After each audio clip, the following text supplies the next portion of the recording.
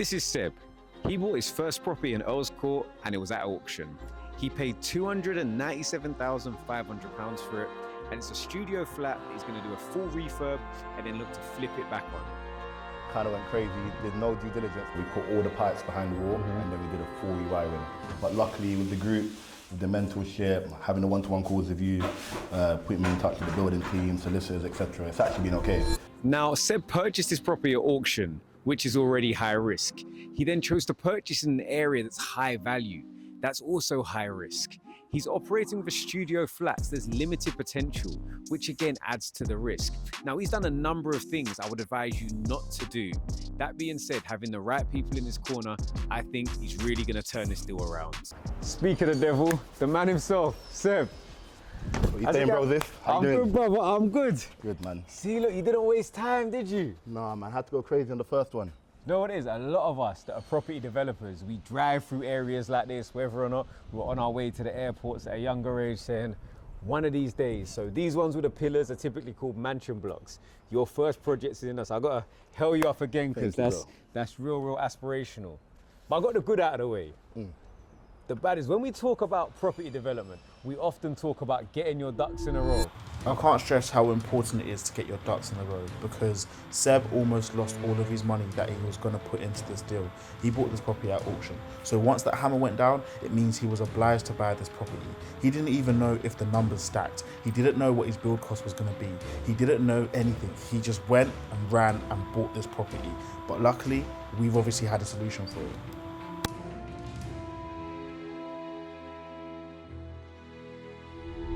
So if we're looking at this, we'll talk about things you don't do. How did you review your legal pack? ChatGPT, for the most part. That is a no-no. Get your legal packs reviewed by a qualified conveyancing specialist. Reason being, number one, making a mistake in properties like this could not just cost you a couple of £100 or a couple of thousand. I've seen tens and even sometimes hundreds of thousands of pounds worth of mistake happens when people don't read the legal pack correctly. And also, if your solicitor makes a mistake, you can claim on their insurance. Number two, get your finance agreed beforehand. Now, we got this over the line in the end. Yeah. However, I believe we went into the notice periods. Yeah, went into the notice period. I think I was in Ghana for the first, I had 20 days to complete, and I was in Ghana during 30 December for the first 15 days. So finance wasn't sorted. Went into the notice over, I think went 9 days over the thing, had to pay extra interest. And that's the thing, you need to really understand, look, I understand enjoyment. I understand December can be dirty. However, get your priorities in order. Get the business sorted first, so you can enjoy with freedom and flexibility afterwards.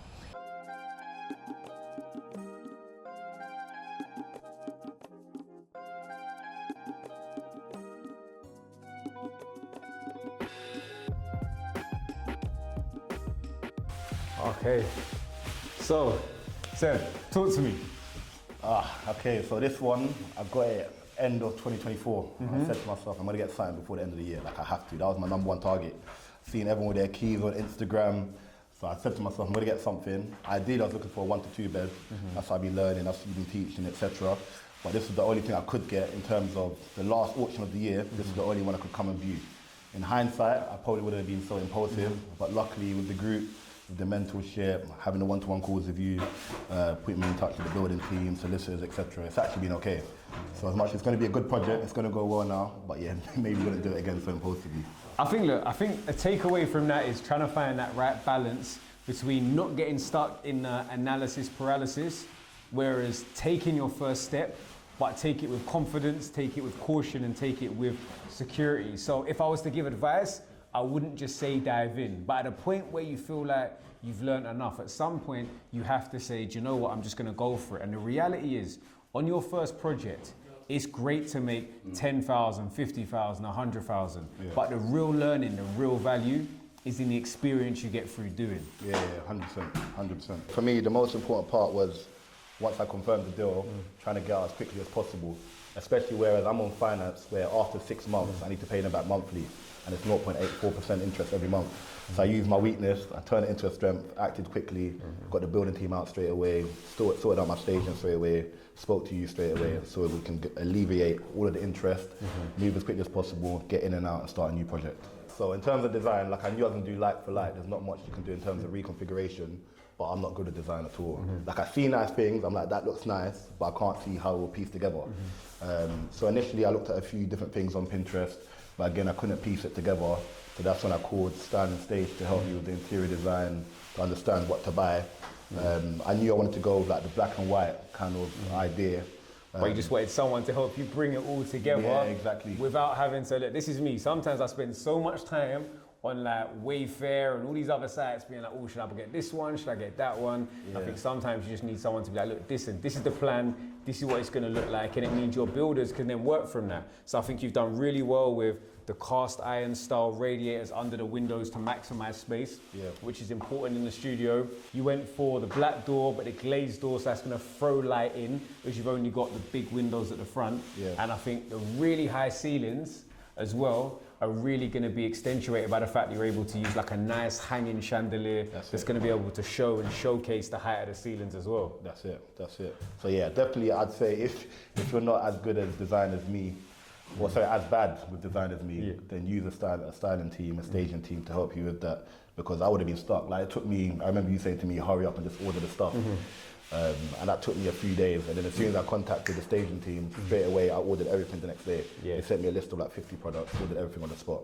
And that's it. Look, sometimes you got to spend money to make money. The reality is spending a couple of £1,000, particularly when you said you're on a bridge, interest rates is 0.8, 0.9% a month.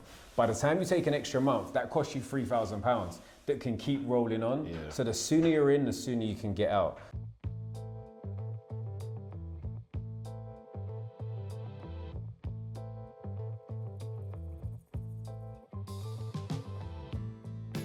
So with the kitchen, we went for a lighter colour because there's no windows and no natural light coming in. We went for a white with a matte black finish. We got the appliances in here, so we got the oven, the dishwasher and the washing machine. And then we're going to finish it off with a luxury finish because we're in Earls Court, we thought we'd try and finish it with a high spec. So we're going to have quartz countertops all the way around, including the splashback from Meta Design. So as for the bathroom, didn't want to reinvent the wheel. I've seen a few designs that I've worked for other people in the group and a few designs on Pinterest which are similar to this. So I thought, let me not try and reinvent the wheel, let's do what works. The bathroom was already quite big, so I thought, let's not move the walls, let's save time, especially when we're on a bridge. So kept it basically the same as what we've seen before, which has worked for everyone else in the group. So it looks pretty nice. Created a niche in here, another niche in here, and then continued the black theme with the walls, the shower head, etc.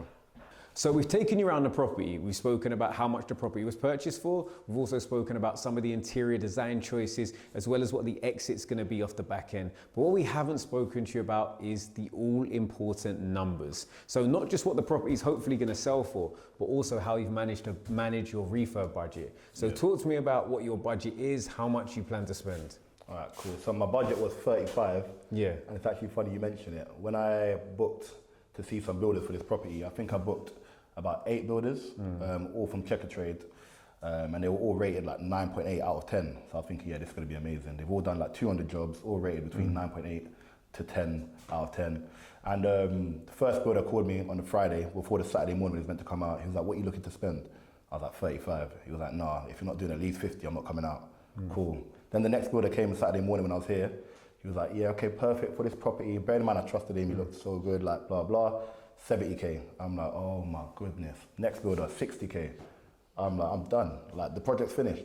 And then luckily you came around after that builder.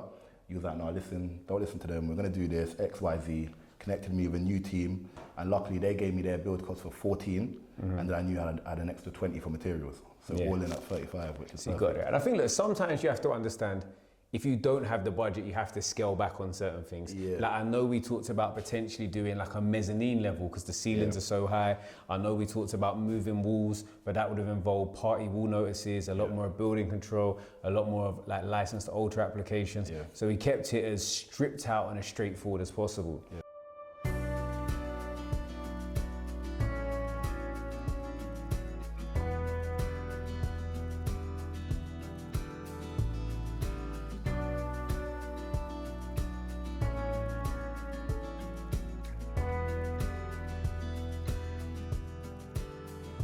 What I would say is you've made a lot of progress in a short space of time. So Well done. You're definitely a fast mover. But let's talk about your numbers. So we know your purchase price was 297,000. What was your cost of finance on this? Cost of finance is about 18k. About 18,000. Then you already mentioned your refurb at 35,000. Yep. Other fees, for example, stamp duty, legals. You're looking at what, another 20 odd there? Yeah, exactly. Stamp duty is about 17, and then legals we're looking about 4 or 5. 4 or 5. So I mean, even when you bear in mind your cost of sales, if you're paying 1.5 to 2% a month, you're still looking at projected profits. What's your GDV? 435. 435. So still projected profits around 50k. Yeah, exactly. Yeah. That's Looking not tasty bad for the first one. That's not bad for a first one. And I think, do you know the thing is, we touched on it earlier, but the main thing is actually taking those actionable steps and getting your first deal done. Because if you're sitting on your sofa, you have no opportunity to get lucky. You're not gonna make, like, you know, hypothetical money. You have to really get out there and do the practical as well as the theory. So I think you did the practical first, but hopefully during this process, we're gonna lock in and you're gonna get the theory, so you're gonna have a lot more confidence to execute with a lot more confidence, like, you know, your next deal. Amen. Yeah? Nice one, Alright, my brother. Appreciate seeing you. We're going to be back for a part 2. So if you haven't already, make sure you subscribe to the channel so you can see if Seb is successful in his first deal. But regardless, I know you're going to learn a lot and do a lot going forward. Catch you soon. Peace.